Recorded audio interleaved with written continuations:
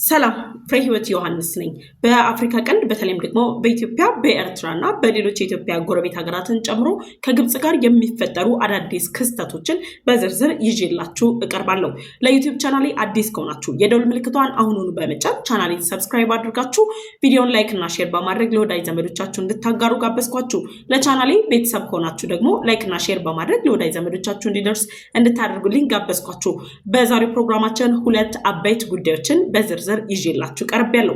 የመጀመሪያው ጉዳያችን የኤርትራ የሉዓላዊነት ጥያቄ አጣብቂኝ ውስጥ በገባበት ወቅት ላይ የኤርትራው ፕሬዝዳንት ኢሳያስ አፈወርቂ ኤርትራ ሉዓላዊት ሀገር ናት ተብሎ ለቀረበላቸው ጥያቄ በኢትዮጵያ ከነበረው ከሽግግር መንግስቱ ጋር የተፈራረምነው የ1991 ስምምነት በሙሉ የኤርትራን ሉዓላዊነት የሚከለክል ከሆነ ውድቅ እንደሚያደርጉት ጭምር ገልጸዋል። ይህ ማለት በተያያዥነት ኢትዮጵያ አሰብ ወደብን በምርጫ ያልመረጠችው ህዝባዊ ድምጽ ያልተሳተፈበት የሽግግር መንግስት ከኤርትራ ጋር በደረሰበት ስምምነት አማካኝነት ወደቧን ማጣቷን ተከትሎ ኢትዮጵያ ይህንን ስምምነት ውድቅ ማድረግ የምትችልበትን እድል ይዞላት መጥቷል። ታዲያ የኤርትራው ፕሬዝዳንት ኢሳያስ አፈወርቂ ይህንን ንግግር ያደረጉበት የቪዲዮ ማስረጃም ይፋ ወጥቷል። የቪዲዮ ማስረጃውን የዚህ ዩቲዩብ ቻናል ፕሮግራም ላይ አያይዤላችሁ ጥልቅ የሆነ ትንተናንም በጉዳዩ ላይ እሰጣችኋለሁ። ሁለተኛው አጀንዳችን አምባሳደር ነብዩ ተድላ የኤርትራ መንግስት ባለስልጣናትን በእጅጉ ያስቆጣ፣ በተለይም ደግሞ ኢትዮጵያ ወደ አሰብ ወደብ እንዳትጠጋ ከፍተኛ ጥረት እያደረገ የሚገኙት የሻዕቢያ መንግስት ከዛም በተጨማሪ ደግሞ ግብፅና ሌሎች ደጋፊ ሀገሮቻቸውን ጭምር ያስደነገጠ አዲስ ሐሳብ ይዘው ብቅ ብለዋል።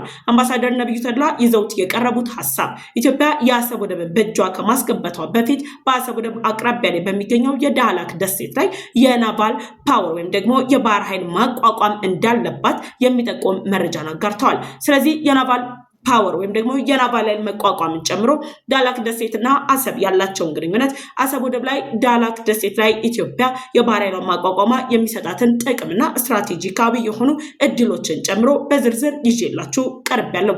እስከ ፕሮግራሜ ፍጻሜ ድረስ አብራችሁኝ እንድትቆዩ ጋበዝኳችሁ። አሁንም እላችኋለሁ ለዩቲዩብ ቻናሌ አዲስ ከሆናችሁ የደውል ምልክቷን በመጫን ቻናሌን ሰብስክራይብ አድርጋችሁ ቤተሰብ እንድትሆኑ እየጋበዝኳችሁ፣ ቤተሰብ ከሆናችሁ ላይክ እና ሼር በማድረግ መረጃውን ለሌሎች ወዳጅ ዘመዶቻችሁ እንድታጋሩ ጠየኳችሁ። አብራችሁን ቆዩ።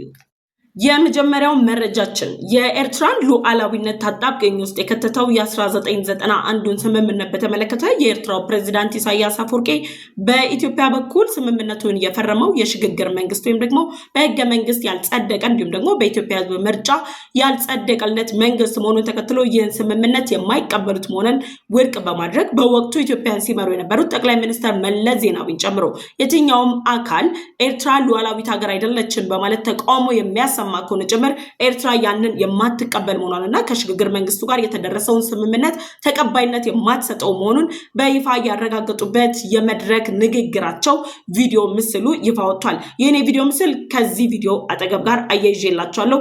እሱን ተከታተሉትና እንመለስ።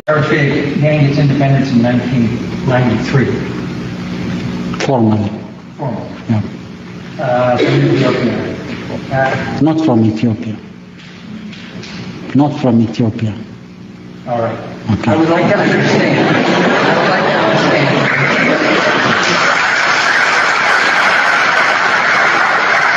Okay. What it is that seems to have altered the stance of the Ethiopian government towards Eritrea. It happened that we've been discussing this matter a few minutes ago. I mean, number one, Eritrea did not get its independence from Ethiopia at all. I mean, we had our just cause. We fought for a long time, for almost 3 decades, probably half a century. And when 91 came, we said, we're postponing the unilateral declaration of independence to go through a legitimate political process to assure the international community and be assured that we have exercised this right through a referendum. Then people were saying, well, a referendum could be expedited if the Ethiopian government agrees to the referendum process. We said no, not at all. We are not asking for the blessing of the Ethiopian government or anybody else for that matter. We would like to exercise this right through a referendum, and we would like the international community to come help us organize and witness the desire or the wish of our population. No one was invited to offer Eritrea independence in a silver platter. Not at all. We rejected that all the way. We waited for 2 years after 1991, 1993, a referendum, fair and free choice of the population was expressed through that referendum, and we got our independence. No one gave us our independence. We did not get our independence from anyone, not Ethiopia, not Somalia, not Sudan, or even the international community. The international community was there to witness an exercise of free choice of the Eritrean people, which culminated to the independence of this small country. And now we I've tried to briefly explain why this government in Ethiopia has trapped itself into a quagmire. People are speculating. Why is this government now changing course? Why this border conflict? Wasn't there an alliance for the last 25 years? Haven't you worked together, sacrificed together? Weren't you comrades in arms? Why this problem now? It's actually a question that has puzzled me for so long, and I have not found one clear answer to this matter now. Why? Has the government in Addis Ababa come up with its own claims on what it considers sovereign Ethiopian territory? Have they come with legal agreements or treaties that define the borders between Eritrea and Ethiopia? Have they come up with maps to tell us that they have a new map of Ethiopia? Not at all. I was telling Professor Ephraim that while we were young, we were provided with exercise books with two landmarks. One was the photograph of Emperor Haile Selassie, and the other thing was the map of Ethiopia. The map of Ethiopia, which clearly outlined the borders between Eritrea and Ethiopia. At the same time, it outlined the borders of administrative regions in Ethiopia, 13 or 14. This never altered. This map is in the minds of everybody who has gone through the last two generations in Ethiopia and Eritrea. What has changed? Nothing has changed. Haile Selassie's government has never changed maps, not at all. In fact, they consolidated the colonial treaties by the maps produced with the assistance of mapping missions from this nation and from other countries. Mengistu came to ally himself with the former Soviet Union and produce maps and maps and maps, but never altered the borders between Eritrea and Ethiopia. What's new? What is the agenda of this government? We're still asking this simple question. If there are border claims on the part of this group in authority in Ethiopia, we'll have to be told one day that the map of Ethiopia is outlined in a manner to either agree or not agree with the internationally established boundaries and the colonial treaty signed early in this century. Nothing of that sort has come up. And what's this government up to? What is the problem? That still is a puzzle. The problem to me is this is a very small group. When it was created in 1975, it never had any agenda for Ethiopia at all. Never. We had to go through a struggle of about 5 or 10 years to convince these people that there is nothing like independence of Tigray. Tigray as a region could not be independent. One can have his own grandiose ideas about his own territory, his own particular region, but that was not realistic. And we had to finally arrive at a point where we convinced them that this is not tenable. They shifted, and well, then again, they were more internationalistic than our perceived understanding of their policies. Well, no problem. We lived with that. We lived with a number of other things. We wanted to see Ethiopia allow its populations to participate in what actually means a new Ethiopia. 1991 came, Mengistu was ousted. These people began redrawing borders. Yes, within the context of federal Ethiopia and the federal constitution, they had the full right, the ultimate right, and probably the supreme right to redraw administrative boundaries. They did their best to increase or include chunks from a number of other provinces into what they conceived to be Tigray as one unique region in Ethiopia. The mistake they made was when they began redrawing international boundaries. That's where they were trapped, and that's what we call the quagmire. Now they can't get out of that quagmire. They can't extricate themselves out of the cut. They will have to find an explanation for this act of violation. Because it cannot be justified, they are living in a situation of obsession or chain reaction where a mistake is resolved or attempted to be solved by another mistake. A third mistake comes to solve the two previous mistakes. That kind of vicious circle they live in, and that might be an explanation on what these people are up to. But again, is that a persuasive explanation of what they are up to justify the loss of tens of thousands of lives, both from Eritrea and Ethiopia, to tell us at the end of the day that they were mistaken and they had a misperception about their borders? God knows what finally we'll find out, but we will patiently pursue our policy of dialogue. We'll work with the international community to find a peaceful የኤርትራው ፕሬዝዳንት ኢሳያስ አፈወርቂ የኤርትራን የሉዓላዊነት ጥያቄ አጣብቂኝ ውስጥ ይከታል ወይም ደግሞ ኤርትራ ሉዓላዊት ሀገር ለመሆን ብዙ ነገሮች ይገሉላታል ኤርትራ በኢትዮጵያ ውስጥ የተካተተች ሀገር ናት የሚሉ አስተያየቶች ይነሳበት በነበረበት ወቅት ላይ በይፋ እንደገለጹት ከሆነ በ1991 በኢትዮጵያና በኤርትራ መካከል የተፈረመው ስምምነት ከኢትዮጵያ የሽግግር መንግስት ጋር ወይም ደግሞ በወቅቱ በነበረው በትግል አሸንፎ የመጣው መንግስት ጋር የተደረሰ ስምምነት መሆኑን ተከትሎ የኤርትራን ሉዓላዊነት የሚጻረር ኤርትራን እንደ ሉዓላዊት ሀገር የማይቀበላት ስምምነት በመሆኑ ይህን ስምምነት እንደማይቀበሉት ውድቅ አድርገውታል።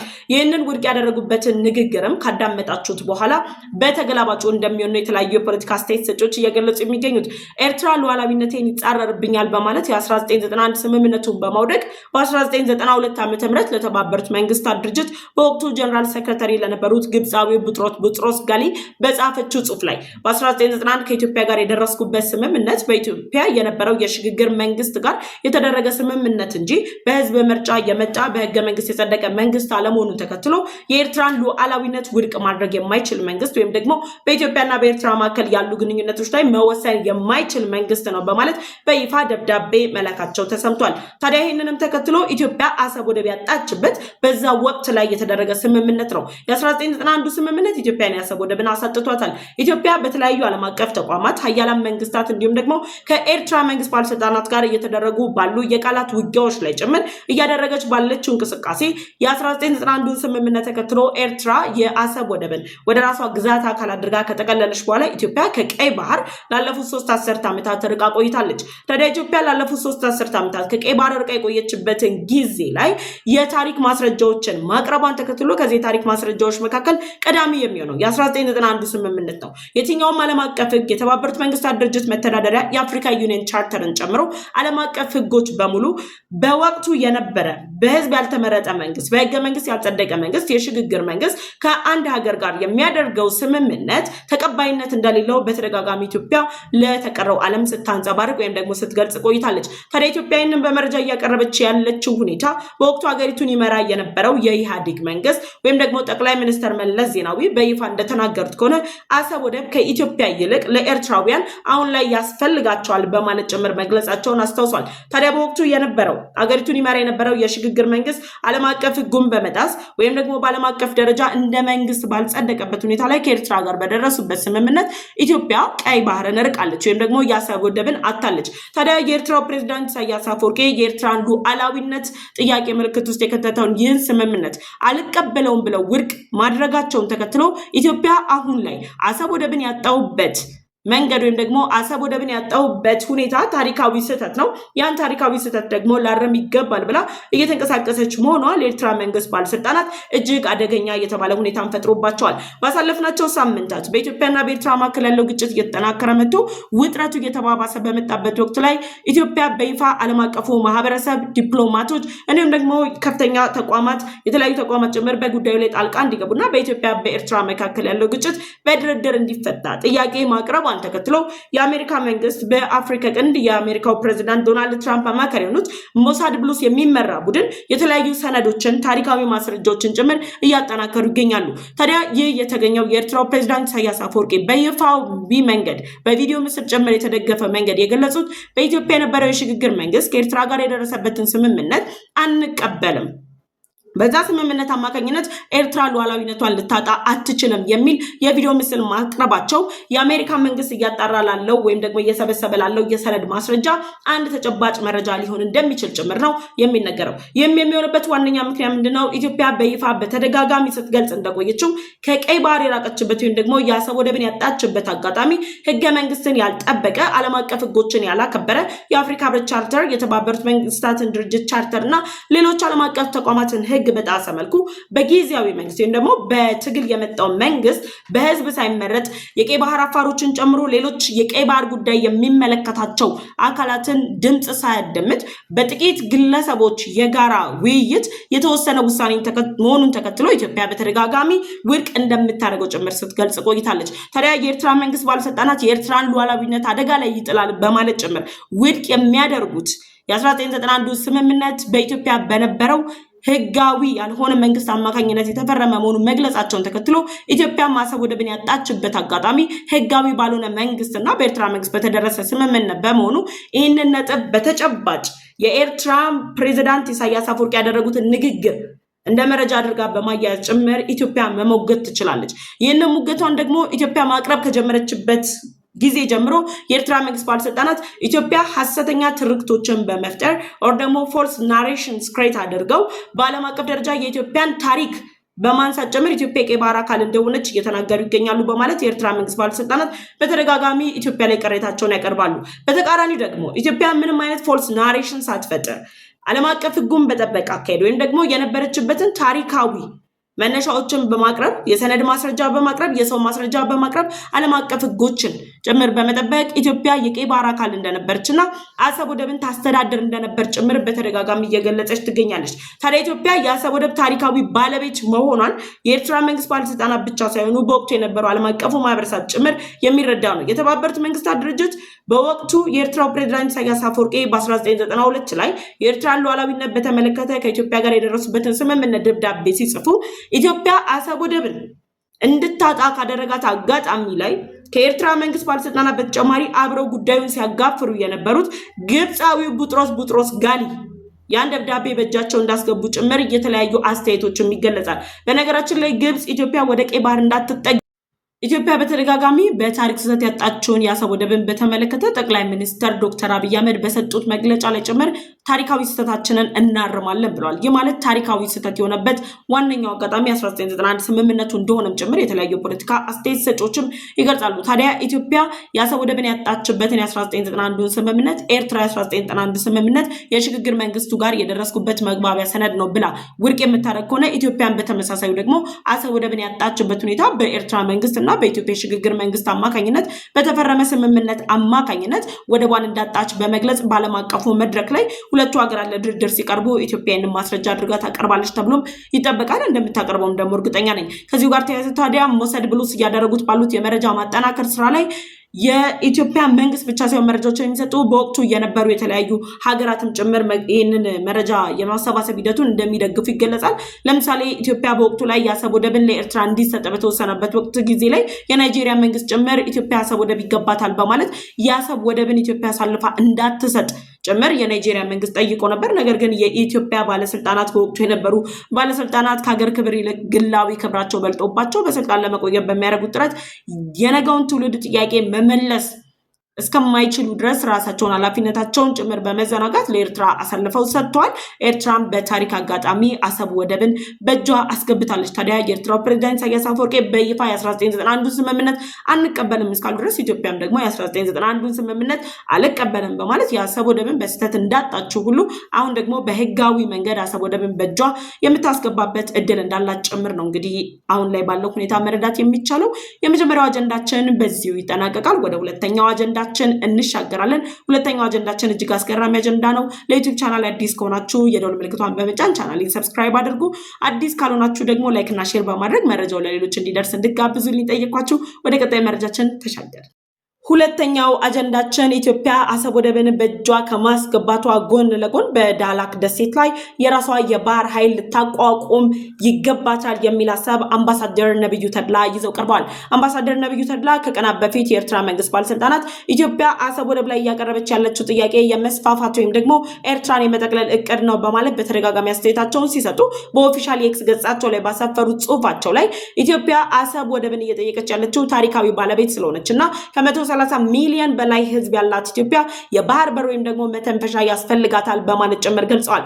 ታዲያ አምባሳደር ነብዩ ተድላ በሆርን ሪቪው በተባለው ገጽ ላይ ባወጡት ጽሁፍ ላይ እጅግ አነጋጋሪ የተባለ ጽሁፍም አውጥተዋል። በዚህ ጽሁፍ ላይም ደግሞ የተለያዩ አካላት ሀሳባቸውን እንዲሰጡ ክፍት የሆነ ምህዳርን ፈጥረዋል። አምባሳደር ነብዩ ተድላ ይዘውት የወጡት ጽሁፍ ኢትዮጵያን quest for maritime sovereignty, history, geopolitics and imperatives of ሲ አክሰስ በሚል ርዕስ በሆርን ሪቪው ላይ ባወጡት መረጃ ላይ አንድ አስገራሚ ሀሳብን አቅርበዋል። ያቀረቡት ሀሳብ ምንድነው? ኢትዮጵያ የአሰብ ወደብን በእጇ ከማስገባቷ በተጨማሪ ዳህላክ ደሴት ላይ ደግሞ የራሷ የሆነ የባህር ኃይል ልታቋቁም እንደሚገባ ጭምር ነው አምባሳደሩ የገለጹት። በነገራችን ላይ ዳህላክ ደሴት ከኤርትራው ኢትዮጵያ አሁን ላይ በታሪክ ባለቤት የሆነችበት የአሰብ ወደብ ላይ እያነሳች ካለችው ጥያቄ ጋር ተያይዞ ብዙዎች ሀሳባቸውን እየሰጡበት ይገኛሉ። ዳህላክ ደሴት ከአሰብ ወደብ የራቀ ነው ወይም ደግሞ ወደ አሰብ ወደብ የሚያደርስ ምንም አይነት አቅጣጫም የለውም ይላሉ። ኦፍ ኮርስ ከዳህላክ ደሴት ተነስቶ ወደ አሰብ ወደብ በቀጥታ የሚወስድ መንገድ የለም። ዳህላክ ደሴት የሚገኘው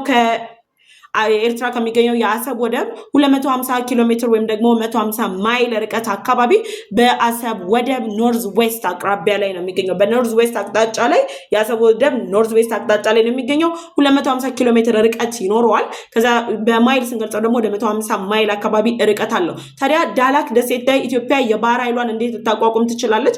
ወደ አሰብ ወደብ የሚወስድ የቀጥታ መንገድ የለም በማለት ጭምር አስተያየቶች እየተሰጡ ይገኛሉ። ከዳህላክ ደሴት ተነስተው ሊሆን የሚችለው መንገድ ምንድነው? የምጽዋ ወደብን በመጠቀም ኢትዮጵያ ወደ አሰብ ወደብ መሻገር ይቻላል። ወይም ደግሞ ከዳህላክ ደሴት መንቀሳቀስ የሚፈልጉ ኃይሎች ወደ ምጽዋ ወደብ ከሄዱ በኋላ ከምጽዋ ወደብ በመነሳት ነው ወደ አሰብ ወደብ መሄድ የሚችሉት። አሁን ላይ አምባሳደር ነብዩ ተድላ ያቀረቡት ሀሳብ ኢትዮጵያ መጀመሪያ የአሰብ ወደብን ከመቆጣጠሯ አስቀድማ የአሰብ ወደብን ደህንነት ለማስጠበቅ ሴኩሪቲውን ለማስጠበቅ በአሰብ ወደብ ዙሪያ የሚንቀሳቀሱ የተለያዩ የሽብር ቡድኖች የተለያዩ የቀይ ባህርን ሰላም ለማወክ የሚንቀሳቀሱ ኃይሎችን ለመቆጣጠርና የቀጠናውን ሰላም ለማስጠበቅ በቀይ ባህር ዙሪያ ላይ በአፍሪካ ቀንድ ላይ የሚኖር ጠንካራ የሆነ ሴኩሪቲ ቤዝድ ለመመስረት ዳህላክ ደሴት ላይ ኢትዮጵያ የባህር ኃይል ማቋቋም ትችላለች የሚሉ እጅግ አከራካሪ ሀሳብን ነው ይዘው የቀረቡት። በዳህላክ ደሴት ላይ ኢትዮጵያ የባህር ኃይል ማቋቋም ትችላለች ወይ የሚለውን ስናየው ከኢትዮጵያ ካፓቢሊቲ ወይም ደግሞ ከኢትዮጵያ አቅም አንጻር ስናየው ኢትዮጵያ አሁን ላይ ከቀይ ባህር ከራቀች 30 ዓመታት በላይ ብታስቆጥርም የባህር ኃይልን ግን ዛሬም ድረስ ወደ ቀይ ባህር የተቀላቀሉ ወደ ህንድ ውቅያኖስ የገቡ ሀገራት የሌላቸው አይነት የባህር ኃይልም ጭምር ያቋቋመች ሀገር ነች። በባህር ኃይላችን ላይ የተሰሩ እጅግ ዘመናዊ የሆኑ እንቅስቃሴዎች አሉ። ከዋና መስሪያ ቤት ጽሕፈት ቤቱ ግንባታ ጀምሮ የባህር ኃይልን በአዲስ መልክ የማቋቋም ሪፎርም የማድረግ ስራዎችም ተሰርቷል። የባህር ኃይል አሁን ላይ ባህር ሳይኖረን የባህር ኃይል መገንባት ምን ማለት ነው በማለት ጭምር እንደ ኤርትራ እንደ ግብጽ ያሉ መንግስታት ጭምር ኢትዮጵያ ላይ የተለያዩ አስተያየቶችን ይሰነዝራሉ። ጠቅላይ ሚኒስትር ዶክተር አብይ አህመድም እንደገለጹት ከሆነ ኢትዮጵያ ባህር ሳይኖራት ወደ ቀይ ባህር መግቢያ ቁልፍ ሳይኖራት የባህር ኃይል ማቋቋም ትርጉሙ ምንድነው ብለው ሲጠይቋቸው ልንዋኝበት አይደለም ያቋቋም ነው የሚል ምላሽን ጭምር ሰጥተዋል። በነገራችን ላይ ኢትዮጵያ ወደ ቀይ ባህር በታሪክ ስህተት እንደወጣች ሁሉ ከቀይ ባህር ወደ ቀይ ባህር ደግሞ ህጋዊ የሆነ ታሪክን በመስራት ዓለም አቀፉ ማህበረሰብ ሊያደንቀው የሚችለውን ታሪክ በመስራት ወደ ቀይ ባህር ልትመለስ የምትችልበትን አቅሞች የፈጠረች ሀገር ናት። ኢትዮጵያ ወደ ቀይ ባህር በምትመለስበት ጊዜ በቀይ ባህር የምትመለስበትን የባህር መውጫዋን ደህንነት የሚያስጠብቅ ወደቧን ደህንነት የሚያስጠብቅ የራሷ የሆነ ኃይል ያስፈልጋታል። ወይም ደግሞ የማሪታይም አካባቢውን የሚያስጠብቅ ደህንነቱን ሴኪዩርድ የሚያደርግ ከተለያዩ የሽብር አካላት የሚከላከል ኃይል ማቋቋም እጅግ አስፈላጊ ነው። እንደ ኢትዮጵያ ያሉ ደግሞ ስትራቴጂክ የሆኑ ሀገራት ወደ ቀይ ባህር ተቀላቅለው ኢትዮጵያ የራሷ ወደብ የምታገኝ ከሆነ በቀይ ባህር ላይ እየተንቀሳቀሱ የሚገኙ እንደ ሁቲ ያሉ አማጽያን ኃይሎችን ጭምር የሽብር እንቅስቃሴያቸውን ለማስቆም እነ እስራኤልና አሜሪካ ኢትዮጵያን ተመራጭ ያደርጓታል። ታዲያ ኢትዮጵያ በዳህላክ ደሴት ላይ የራሷ የሆነ ባህር ኃይልን በማቋቋም እንደነገርኳችሁ ዳህላክ ደሴት ከአሰብ ወደብ 250 ኪሎ ሜትር ርቀት ላይ ነው የሚገኘው።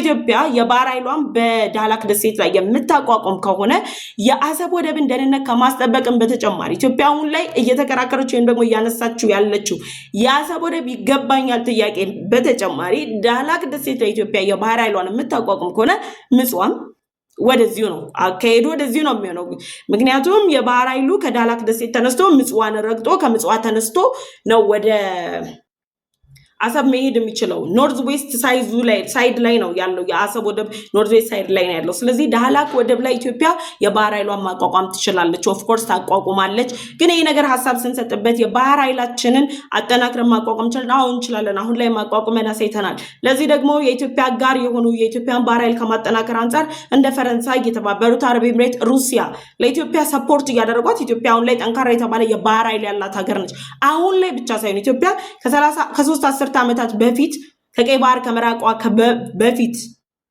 ጀምሮም ኢትዮጵያ ጠንካራ የተባለ የባህር ኃይል ካላቸው ሀገራት መካከል ግንባር ቀደም ሀገር ነች በስራ አጋጣሚ አንዴ ተዋወቁት የቀድሞ የባህር ኃይል አባል እንደነገረኝ ከሆነ በወቅቱ የኢትዮጵያ ባህር ኃይል ሲበታተን እንዴት ነበር ማለት አሰብ ወደ ኤርትራ ከሄደ በኋላ እንዴት ነው የሆናችሁት ብዬ ጠየቁ መርከበኛ ነበር ሲነግረኝ ወይም ደግሞ ያስረዱኝ ትልቅ ሰው ናቸው ሲያስረዱኝ በወቅቱ የነበረው ሁኔታ ኢትዮጵያ በአሰብ ወደብን አሳልፎ ከሰጠ በኋላ የኢህአዴግ መንግስት ኢትዮጵያ መርከቡን የምታሳርፍበት ምንም አማራጭ ስላልነበራት በኢትዮጵያ በኩል የነበረው መርከብ ተሰባብሮ ወይም ደግሞ ተሰነጣጥቆ ለተለያዩ ስራዎች እንዲውል ተሸጧል እና ባህር በሌለበት መርከቡ ምንም አይሰራም ተብሎ የኢትዮጵያ ባህር ኃይል እንደተበተነ ጭምር ነው የገለጹልኝ ወይም ደግሞ የነገሩኝ ሰው ኢትዮጵያ አሁን ላይ የባህር ኃይል ጠንካራ የባህር ኃይል ዳህላክ ደሴት ላይ ማስፈር ትችላለች በነገራችን ላይ ኢትዮጵያ ዳህላክ ደሴት ላይ መጠጋቷ ለኤርትራ ብቻ ሳይሆን ስጋትን የሚሆነው በኤርትራ ውስጥ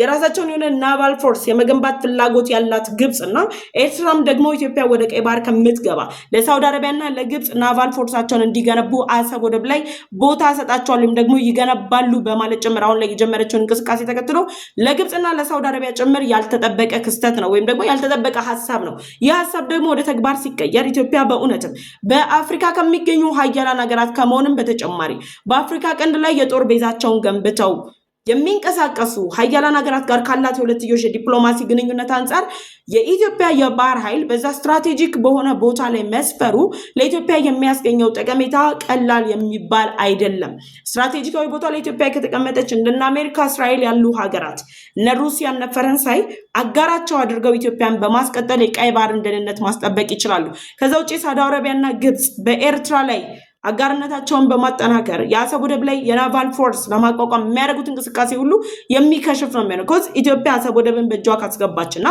በዳህላክ ደሴት ላይ ጠንካራ የሚባል ናቫል ፎርስ የምትገነባ ከሆነ ኢትዮጵያ አሰብ ወደብን በቀጥታ እየተቆጣጠረች ከአሰብ ወደብ በተጨማሪ ደግሞ በምጽዋ ወደብ ተሻግራ ወደ አሰብ ወደብ የምትሻገር መሆኗን ተከትሎ የምጽዋ ወደብ ላይ ጭምር የራሷ የሆነ ተጽዕኖ ማሳረፍ እንደምትችል ጭምር ነው የሚገለጸው በነገራችን ላይ የኢትዮጵያ የናቫል ፎርስ ግንባታ ወይም ደግሞ የባህር ኃይል ግንባታ በዳህላክ ደሴት ላይ ከመፈጠሩ በፊት የአሜሪካው አምባሳደር ቲቦር ናጂ የኢትዮጵያ ቁርጥ ወዳጅ ናቸው በተደጋጋሚ የሚታወቁት በኤክስ ገጻቸው ላይ ብቻ ሳይሆን በአጠቃላይ ባላቸው የዲፕሎማሲ እንቅስቃሴ ከኢትዮጵያ ሐሳቦች የኢትዮጵያን ሐሳብ በመደገፍ ከኢትዮጵያ መንግስት ጎን በመቆም ነው የሚታወቁት ብዙም ለኤርትራና ለግብጽ ባለስልጣናት ቲቦር ናጂ የሚመቹ አምባሳደር አይደሉም ቲቦር ናጂ ምንድን ያሉት በኢትዮጵያና በኤርትራ መካከል ኖቬምበር 22 ማለት ትናንትና ባወጡት የኤክስ ገጻቸው ላይ at the end of Ethiopian and Eritrean war ላይ ከአቶ መለስ ዜናዊ ጋር የማውራት እድል አግኝቼ ነበረ አቶ መለስ ዜናዊ ምንድን ያሉት ኢትዮጵያ የአሰብ ወደብን መውሰድ ትችላለች ነገር ግን የኤርትራ አማጽያን በመርከቦቹ ላይ ለሚወስዱት እርምጃ ወይም ደግሞ የሴኩሪቲ ጥያቄ መቋቋም የሚችል ኃይል የለንም ወይም ደግሞ ያንን መከላከል የሚችል አቅም የለንም ስለዚህ አደጋ ላይ እንወድቃለን ጭምር እንዳሏቸው በኤክስ ገጻቸው ላይ አስቀምጠዋል ቲቦር ናጂ በኤክስ ገጻቸው ላይ ይህንን መልእክት ያስቀመጡት በኢትዮጵያና በኤርትራ መካከል ያለው ውጥረት እየተባባሰ ሄዶ ወደ ለየለት ጦርነት ይገባል የሚሉ ሐሳቦች በተቀመጡበት ጊዜ ነው በነገራችን ላይ ቲቦር ናጂ ይህንን መልእክት የገለጹት ኖቬምበር 22 ነው አምባሳደር ነብዩ ተድላ ደግሞ በዳህላክ ደሴት ላይ ኢትዮጵያ የባህር ኃይሏን ማቋቋም ሐሳብ ይዘው የመጡት on November 19 ነው ወይም ደግሞ ኖቬምበር 19 ላይ ነው የቀናት ልዩነቶች አሉ ነገር ግን ይህ ሐሳብ ከአምባሳደር ነብዩ ተድላ በተጨማሪ ሌሎች አምባሳደሮች የሚደግፏቸው የተለያዩ ፖለቲካ ምሁራን የሚደግፉት በአፍሪካ ቀንድ የሚገኙ ሀያላን ሀገራት ጭምር ሊደግፉት የሚችሉት ሐሳብ ነው ኮዝ ኢትዮጵያ አሰብ ወደብን ከወሰደች የአሰብ ወደብን ሴኩሪቲ ማስጠበቅ የቀይ ባህርን ሴኩሪቲ ማስጠበቅ ኃላፊነት አለባት የቀይ ባህርን ሴኩሪቲ ደግሞ ለማስጠበቅ ኢትዮጵያ ምን ማድረግ አለባት የራሷ የሆነ ናቫል ፎርስ ማቋቋም አለባት የናቫል ፎርሷን ደግሞ የምታቋቁመው ከአሰብ ወደብ አቅራቢያ 250 ኪሎ ሜትር that much far አይደለም ወይም ደግሞ ሩቅ የምንለው ነገር አይደለም 250 ኪሎ ሜትር ርቀት ላይ ናቫል ቤዝ በመገንባት ናቫል ፎርሷን ገንብታ አሁን ላይ ያለውን እጅግ ዘመናዊ የሰለጠነ የናቫል ቤዟን ሁለት እጥፍ አሳድጋ በተለያዩ ሀገራት የሚገኙ እየተማሩ ያሉ አሁን ላይም እየበቁ ያሉ የናቫል ፎርስ አካላትን በማሳተፍ ጭምር የዳህላክ ደሴት ላይ የናቫል ፎርሷን በማቋቋም ኢትዮጵያ ስትራቴጂካዊ የሆነ ቦታ ላይ ተቀምጣ በአፍሪካ ቀንድ ያሉ የቀይ ባህር እንቅስቃሴዎችን በቀላሉ መቆጣጠር ትችላለች ይህንን ማድረግ የምትችል ከሆነ ደግሞ ኤርትራ ለኢትዮጵያ አሰብ ወደብን አሳልፋ ከሰጠች በኋላ ዳግም ወደዛ አካባቢ ላይ ተመልሳ የኢትዮጵያን እንቅስቃሴ ለመገደብ የተለያዩ እንቅስቃሴዎችን ጭምር በማድረግ በኢትዮጵያ ላይ እርምጃ ለመውሰድ የሚያስችል እድሉ አይኖራትም ስለዚህ ኢትዮጵያ አሁን ላይ የገነባቸው እጅግ ዘመናዊ የሆነ የባህር ኃይል ወደ ዳህላክ ደሴት ላይ በመውሰድ የኔ ባህር ኃይል መድገም የሚቻል ከሆነ በእውነት ኢትዮጵያ የአሰብ ወደብን በቅርብ ርቀት ላይ በመሆን መከታተል ትችላለች ስለዚህ ላይክ አሁን የኤርትራ መንግስት ባለስልጣናት እያደረጉት እንዳሉት በተጨባጭ የተለያዩ መረጃዎች እየወጡ እንደሚገኙት ለኢራን ለሁቲ ቡድን ለተለያዩ ቡድኖች ደሴቶቿን በማከራየትና በስጦታ መስጠት የጦር መሳሪያቸውን እየደበቁበት ይገኛሉ የጦር ልምምድ እያደረጉበት ይገኛሉ የተለያዩ እንቅስቃሴዎች እያደረጉበት ይገኛሉ ኤርትራ ዙሪያ ከሚገኙ ቁጥራቸው ከ45 ከሚበልጡ ደሴቶች መካከል ኢትዮጵያ ዳህላክ ደሴት ላይ የናቫል ፎርሷን የምታቋቁም ከሆነ የአሰብ ወደብ ላይ ያለውን ደህንነት ከማስጠበቅም በተጨማሪ የምስራቅ አፍሪካ ላይ ያሉ የቀይ ባህር እንቅስቃሴዎች ላይ የሚፈጠሩ ውጥረቶችን ወይም ደግሞ የሽብር እንቅስቃሴዎችን ጭምር በቀጥታ መቆጣጠር የምትችልበት ራሷንና ሌሎች ጎረቤት ሀገራትን ጭምር በአንድ ላይ መቆጣጠር የምትችልበትን አስገራሚ እድል የምታገኝ ነው ስለዚህ አምባሳደር ነብዩ ተድላ ያነሱት ሐሳብ ኢትዮጵያ ዳህላክ ደሴት ላይ የራሷ የሆነ የባህር ኃይል ማቋቋም የምትችልባቸውን አማራጮች መፈለግ ያስፈልጋል ኦፍ ኮርስ ያስፈልጋል ኢትዮጵያ አሁን ላይ የአሰብ ወደብ ዋናው ድግሱ እናደርገውና የዳህላክ ደሴት ደግሞ የናቫል ፎርስ ግንባታ የሚሆነው በዋዜማው ላይ የሚሰራው ስራ ማለት ነው ላይክ ህዳሴ ግድባችንን ገንብተን ስንጨርሰው ግብፃውያን ሲያስቡ የነበሩት ሱዳናውያን ሲያስቡት የነበረው ህዳሴ ግድቡ የኤሌክትሪክ ኃይል ማመንጫን ብቻ ይገነባል ነበር ግን ህዳሴ ግድቡ ብቻውን ኤሌክትሪክ ኃይል ማመንጨት በተጨማሪ የተለያዩ ሜጋ ፕሮጀክቶችን ወልዷል ላይክ እንደ ንጋት ሐይቅ አይነት ያሉ ሌሎች ሜጋ ፕሮጀክቶችን ጭምር ወልዷል እነዚህ ሜጋ ፕሮጀክቶች ከህዳሴ ግድቡ ጎን ለጎን የተሰሩ ናቸው ስለዚህ አሰብ ወደብን ኢትዮጵያ በእጇ የምታስገባበት ቅርብ ጊዜ ላይ ያለነው ኮዝ ዓለም አቀፍ ህጉን ጠብቃ እየሄደች ነው ያለችው የዲፕሎማሲ አማራጮችን እየተጠቀመች ነው ያለችው ኢትዮጵያ አስቻይ የሆኑ ሁኔታዎችን ጭምር በመጠቀም እያደረገች ባለችው እንቅስቃሴ አሰብ ወደብን በእጇ የምታስገባ ከሆነ ከአሰብ ወደብ እኩል አብሮ ሊያልቁ የሚገባው ሌላኛው ሜጋ እንቅስቃሴ የሚሆነው ዳህላክ ደሴት ላይ የናቫል ፎርስ መገንባት ነው ከአሰብ ወደብ ቅርብ ርቀት ላይ በ250 ኪሎ ሜትር ርቀት ላይ የናቫል ፎርሷን መገንባት የምትችል ከሆነ አሰብ ወደብ ላይ ያሉ እንቅስቃሴዎችን በሙሉ መቆጣጠር ትችላለች ይህ ደግሞ ግብፅና ሳውዲ የኤርትራ የሚዲያ ሰራዊቶች የኤርትራ ባለስልጣናትና የግብፅ የሚዲያ አክቲቪስቶች ሰሞኑን እያንቀሳቀሱት ያሉት ሐሳብ ኢትዮጵያ ወደ ቀይ ባህር ከምትጠጋና ኢትዮጵያ አሰብ ወደብን ከምትወስድ ግብፅና ሳውዲ በአሰብ ወደብ ላይ ናቫል ፎርሳቸውን እንዲያቋቁሙ ፍቃድ አላቸው ግብጽ ደግሞ አሁን ላይ ያደረገች ባለችው እንቅስቃሴ ኤርትራ ላይ የናቫል ቤዝ የመገንባት እቅድ አላት ጅቡቲ ላይ የናቫል ቤዝ የመገንባት እቅድ አላት ብዙ የኢትዮጵያ ጎረቤት ሀገራት ላይ የናቫል ቤዝ የመገንባት እቅድ አላት ያን እቅዷን ግብጽ እንድታሳካ የሚፈልጉ ኃይሎች ኢትዮጵያ በዳህላክ ደሴት ላይ የባህር ኃይሏን ልታቋቁም ነው የሚለው ዜና ለነሱ አደገኛ የተባለ መርዶ ጭምር ነው ስለዚህ ኢትዮጵያ በዳህላክ ደሴት ላይ አሁን ላይ ያሉትን ውጥረቶችን አስቻይ ሁኔታ በመፍጠር ጭምር በመታረገው እንቅስቃሴ ላይ ዳህላክ ደሴት ላይ የናቫል ፎርሷን የምትገነባ ከሆነ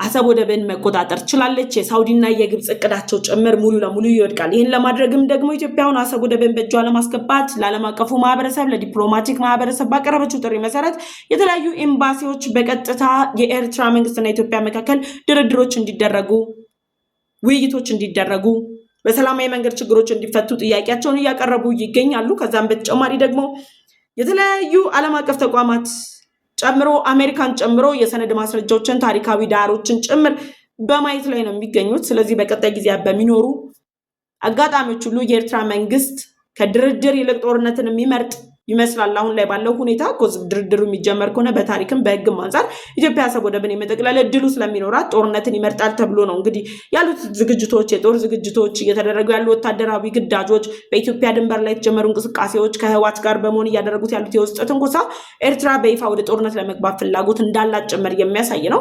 ነገር ግን ኤርትራና ኢትዮጵያ ጦርነት የማይፈጠርና ውይይቶች እንዲደረጉ ከፍተኛ ፍላጎት ያላት ኢትዮጵያ ግን የተለያዩ ጫናዎችን እያሳደረች ትገኛለች። አሁን ላይ የዲፕሎማቲክ ማህበረሰቡ እንዲንቀሳቀስ እንግዲህ በቀጣይ በዳህላክ ደሴት ላይ ኢትዮጵያ ናቫል ፎርስ ይኖራታል፣ የባህር ኃይል ታቋቁማለች አታቋቁምም የሚለውን እንግዲህ አብረን የምናይ ይሆናል። ለዛሬ ይዤላችሁ የቀረብኩት እነዚህ ሁለት አጀንዳዎች ነበሩ። ለዩቲዩብ ቻናሌ ቤተሰብ ያልሆናችሁ ካላችሁ አሁኑኑ የደወል ምልክቷን በመጫን ቻናሌን ሰብስክራይብ አድርጋችሁ ቤተሰብ ሁኑ። ቤተሰብ ከሆናችሁ ደግሞ ላይክ እና ሼር በማድረግ መረጃው ለሌሎች እንዲደርስ እንድትጋብዙልኝ ጠየቅኳችሁ። ሙሉ መረጃዎችን ስለምትከታተሉና ሌሎች መረጃዎችንም ደግሞ እያጠናከርኩ እንዳመጣላችሁ በተለያዩ አማራጮች ሁሉ ይሄ መረጃ ላይ ምን ትያለሽ፣ እዚህ መረጃ ላይ የታሪክ ማስረጃዎች ምን ይላሉ እያላችሁ የምትጠይቁኝ ሰዎች እጅግ አድርጌ አመሰግናለሁ። ስለነበረን ቆይታ በጣም አመሰግናለሁ። መልካም ጊዜ